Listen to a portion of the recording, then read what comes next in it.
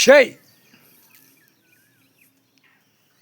யமதர்மம் கணக்கு காவு கொடுத்தாச்சுப்பா. இந்த 2ஆம் நம்பர் பிஸ்னஸ் வியாபாரம் பார்க்குறத காவு கொடுத்தாச்சு. அவன் வீட்டில் காவு வாங்கியே போயிடும். இந்த நோய் தாக்கம் வரையில் அப்படியே அப்படியே தூக்கிட்டாலே தானப்பா. 2 வீலர் 4 வீலர் அப்படியே ஜங்கின்னு கூத்தடிச்சு வச்சுருக்கான், கும்மால் அடித்து வச்சுருக்கான் பூமியில்.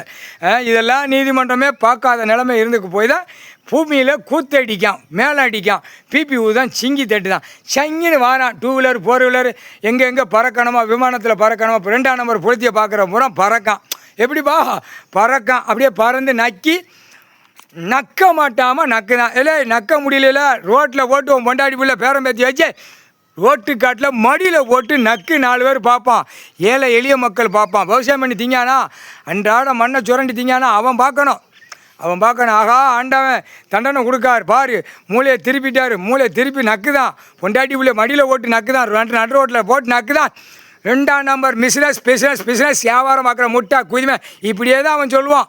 விவசாயம் பண்ணதான் இல்லைடா அவன் சொல்லுவான். புரிஞ்சுக்கோங்கடா, நோய் தாக்கம் வரப்போகுது. இப்போ அந்த தாக்கத்தில் அதான் சீக்கிரமாக பொண்டாடி பிள்ளைல நடு ரோட்டில் 10 பேர் 10 பொம்பளை நக்குதான்.